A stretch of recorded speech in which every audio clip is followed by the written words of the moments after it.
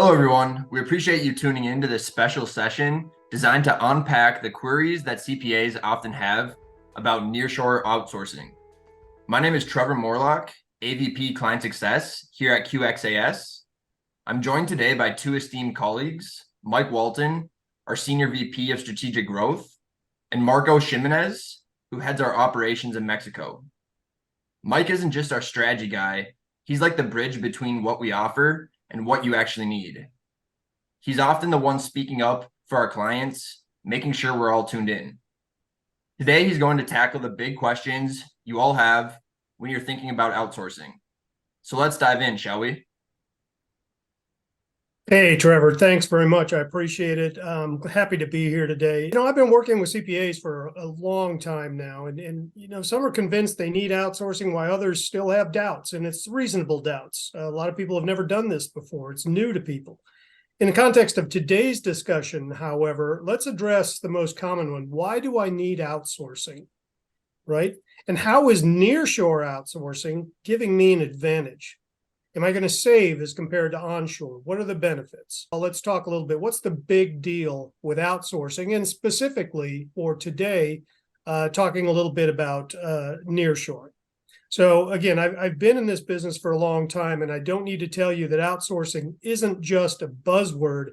It's a very strategic and necessary move right now. It's about leveraging expertise that you don't have in-house, so your core team can focus on what you excel at, more revenue generating opportunities. Keep that in mind. So let's break down a little bit here. Imagine having a team that's practically in the same time zone. Think about that first and foremost, what that means to a firm. This is real-time communication. No more playing email tag and trying to make phone calls across continents or to a resource that's on literally the other side of the world.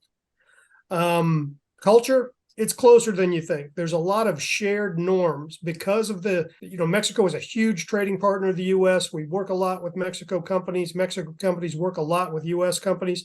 Those shared business norms make for a much smoother interaction and a lot fewer misunderstandings. Let's talk a little bit about language, for example. Mexico offers a tremendously large bilingual talent pool. That's a big advantage if you want to reach the markets without getting lost in translation. We're also going to be seeing significant cost savings. That's a big benefit of outsourcing overall, and obviously in Mexico as well. The lower cost of living there translates to a much more competitive pricing here in the U.S. stateside. Nearshoring gives you kind of a threefold advantage that you guys can all think about. Cost, quality, accessibility. It's really like kind of hitting a business trifecta, if you will, when you think about it in those terms.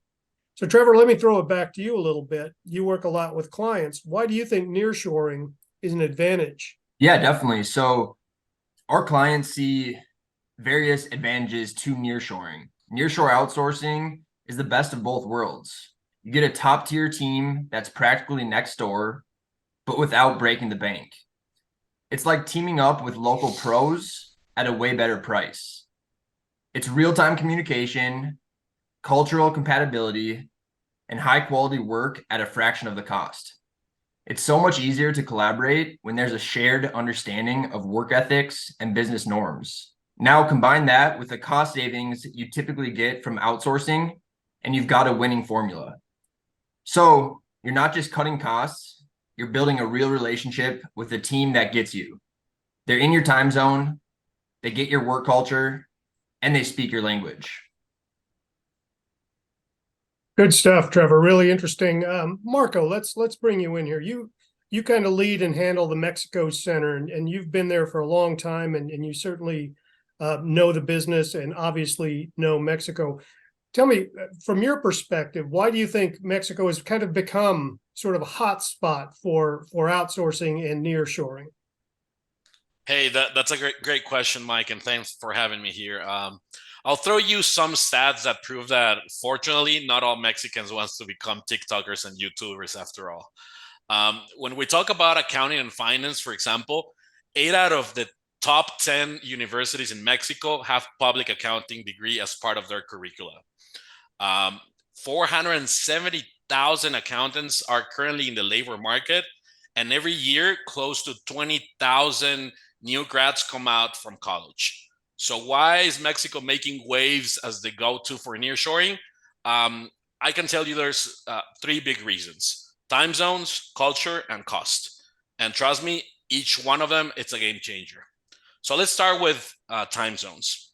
Imagine your nearshore team operating from Mexico, but at the same time zone from your local team, as your local team. What does that mean for you?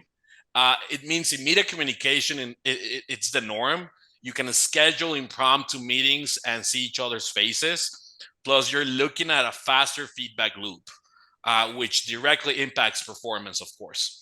And if there's a last-minute business change, don't worry about it. Your nearshore team is going to be right there, even for overtime needs. Now, next up, culture. We're not just neighbors with the US. We share a lot of cultural touch points. I'll give you some examples. We watch football on Sundays and even have our football fantasy league with our friends. We can't wait for the next season of The Last of Us. Seriously, everything that Pedro Pascal touches, it's gold. And discussions on whether or not Usher will be joined by other singers at the Super Bowl halftime show. So this is not just a nice to have. It's a must when it comes to customer engagement and overall rapport. It minimizes misunderstandings, to your point, and boosts trust both with your teams and your clients. And finally, let's not forget about cost optimization. Compared to onshoring, which is the premium option, nearshoring offers a more budget-friendly alternative. So there you have it. With Mexico, you're not just saving money, but you're investing in a team that operates in your time zone, understands you, your teams, and your clients. Excellent. That's a lot of good information, Marco. And yeah, Mike, I wanted to ask you the question, how does culture affinity play a role in outsourcing? How does it benefit CPAs?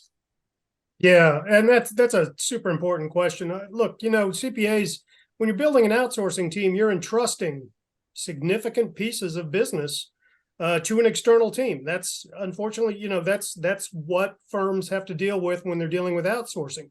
And with nearshoring, you want to know they get you, they understand your business, both in terms of the work itself, but also, and Marco just touched on this, the broader business culture. Do they understand that? For CPAs, that cultural affinity, as Marco indicated, is a game changer, right? You've got a shared business language and a common set of standards. That's very important. What that does is it minimizes misunderstandings, and it allows that outsourcing relationship to be streamlined throughout the operation, right from the onboarding, which we're going to talk about later, to project execution, to that day-to-day ongoing work. It's like having an extended arm of your own team. They're just located somewhere else, but they're located near your time zone and near your shore, right? So let's talk about client relations. When your outsourced team understands the American approach to customer service, okay, again, that cultural affinity, confidentiality, quality, it reinforces your brand, your firm's credibility, right, out there in the market. You and your clients won't feel the outsourced piece. It's basically, you're just talking about team and staff augmentation. You're creating capacity, but you're really just augmenting your own team. Let's not forget the risk mitigation. That cultural affinity and understanding means both parties understand and know and have very similar legal, ethical frameworks within the business community. It's much more than a comfort factor. It's a risk management strategy. So really, in a nutshell, what you have here is cultural affinity isn't just nice to have for CPAs. It's what elevates really good outsourcing relationship into a great one, understanding that business relationship. Look, we all know the market is tough out there. Staffing challenges are out there. You've got to aim for the best. You've got to aim for quality, and you have to bring qualified professional resources into your team. But the cultural fit is a big part of that equation as well. Awesome. So, Mike, while the benefits of nearshoring are visible, a lot of clients have concerns convincing stakeholders. Will my clients agree if I nearshore their work to Mexico? How to bring clients on board, data security, client interactions, some of the common concerns that stakeholders might have at some of these CPA firms. What do I tell my current staff and importantly, my clients? Right. And those are really important questions. And those are questions that we deal with day after day, talking with clients and potential clients. So first off, let's talk a little bit about security, right? So your data security is always going to be top of mind. It certainly is top of mind with QX. We can show our clients the SOC certification, the ISO certifications. Don't just tell them, but show them. And also our clients can do that with their clients as well. They can say, look, we've vetted this company. Here's the security right here. So that makes it a lot easier as well. So we show the clients the proof. We don't just make promises, and our clients are able to do that with their clients as well. That's important. So how do we work with clients? I've been around for a while now, and a well-trained team close by in a place like Mexico is a big advantage. It's not a problem. It's not a disadvantage. It's a huge advantage. They're going to represent your brand well, and your clients will only notice how things are getting done faster, how things are becoming more efficient. And I tell you what, when a firm starts to hear that kind of feedback from their clients, that's a good thing. That's exactly what they want. They're getting the jobs done faster. Really important, and you brought this up, Trevor, you're the staff of the firm. Be open, be honest. Okay, this is not about cutting jobs. We understand that offshoring sometimes has that negative connotation. This is not about cutting jobs. It's about getting more help to focus on those important tasks. And again, what we've found in feedback from our clients is this is outsourcing and nearshoring is a fantastic employee retention strategy. It makes their life easier. It allows you to develop them and help them learn more exciting things, right? Have a plan. This is crucial. When you're talking about communication with your clients, your communication with your staff, have a plan, share it. Make sure expectations are known. Make sure that everybody understands why you're making these changes before you get into the details. And we can help through consultation. If you do this right, the benefits are going to be clear to both your team and your clients. Very important. Trevor, we talked a lot about it so far, but tell us about the process. What's the nearshoring process? Take us through the hiring selection, contracts, the onboarding. These are questions that a lot of clients and a lot of firms have out there. How do we kickstart the project? What's a day-to-day look like? How long does the process take to from staff onboarding to up and running? And just sort of give us sort of an overview of that whole process, because that's really interesting to firms out there as well. Yeah, definitely. So first off, the notice period in Mexico is short, usually just 15 days, making it easier to get the ball rolling quickly. At QX, we've streamlined the hiring and selection process. We continuously interview candidates and maintain a ready pool of skilled, experienced professionals. Once a client specifies their requirements, we schedule interviews with these pre-selected candidates. If everything aligns, we can place the candidate within a month's time. For specialized tax resources, we have the flexibility to move candidates from India to Mexico, taking care of all visa requirements. Our talent pool includes Mexican CPAs with substantial experience in auditing and accounting, most of whom hold graduate degrees. During the busy tax season, these professionals can even be relocated to the US to meet heightened demands. They can work onshore at your office in the US. Now let's quickly break down the 5 key steps to successfully implement nearshoring in your accounting practice. First is defining requirements and scope of work. You need to define what tasks you need outsourced. Be specific, it sets the stage for everything that follows.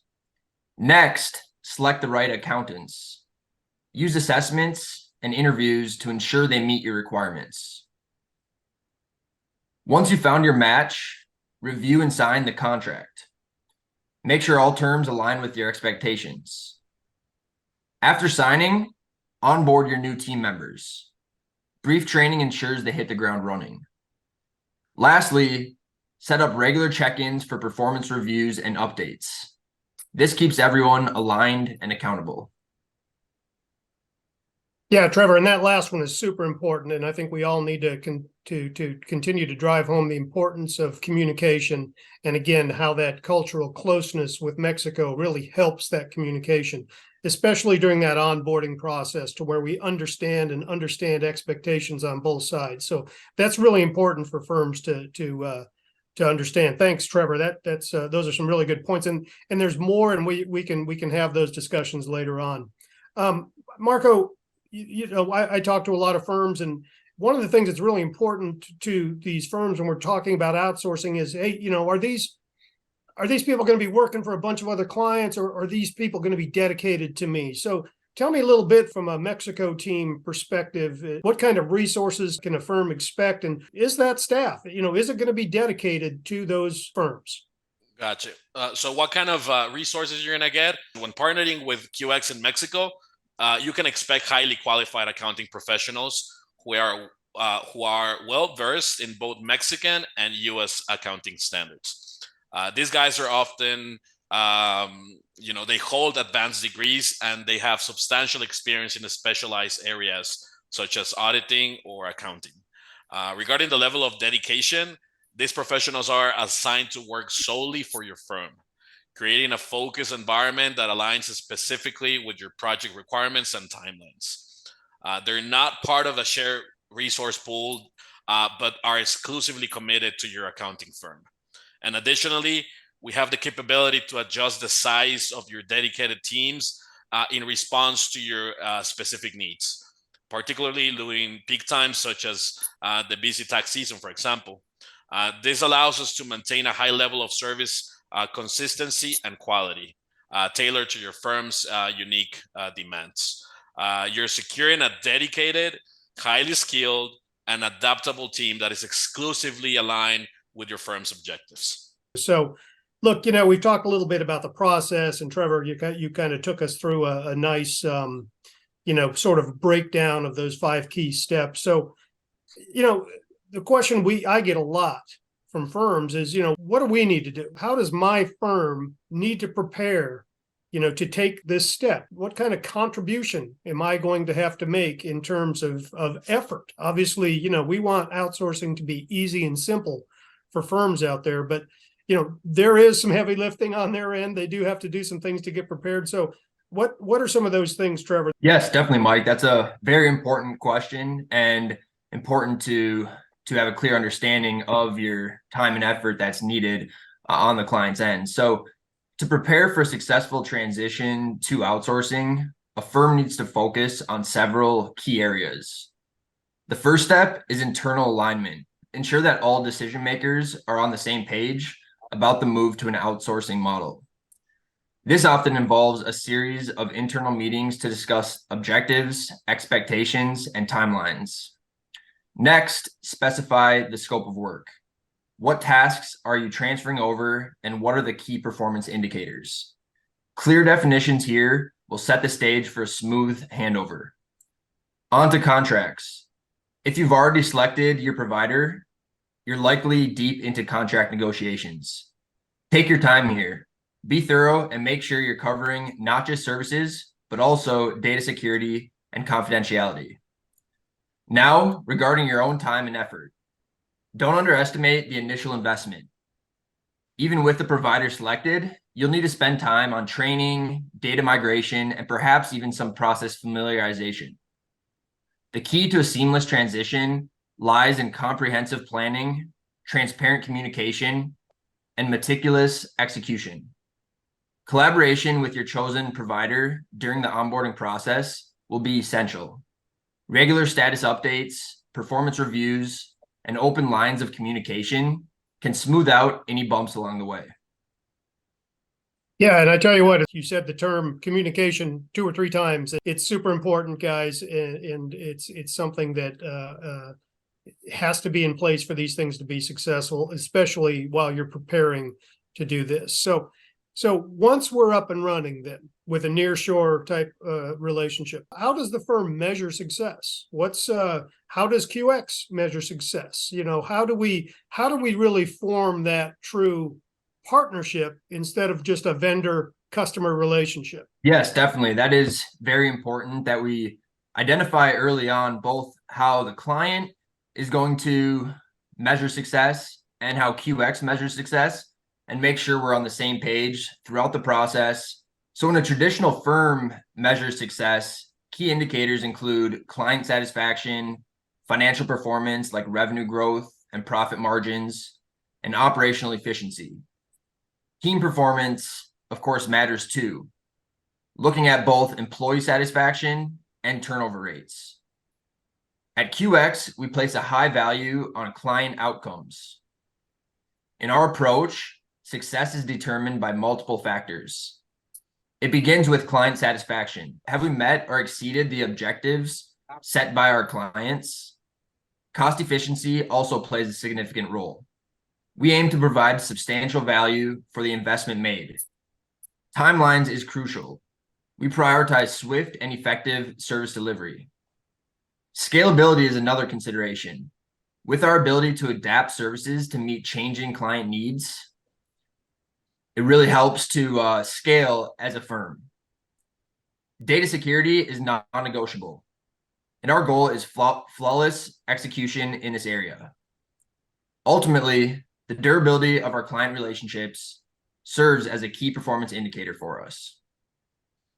Yeah, really important. And that durability and the one thing about QX, guys, that I really enjoy is we have a lot of long-term clients, and that is such a great indicator of success on both sides. They're being successful, QX is being successful. Guys, I really appreciate it. Some great information. And you know what, for our audience, for those listening, look, this is a lot of information that we just downloaded here in a relatively short period of time. And there's a lot to consider. We understand that, we know that, and that's why we're here to consult and help and walk you through these processes. But I would just like to ask everybody listening to ask themselves just maybe a couple questions, okay, and think about these things.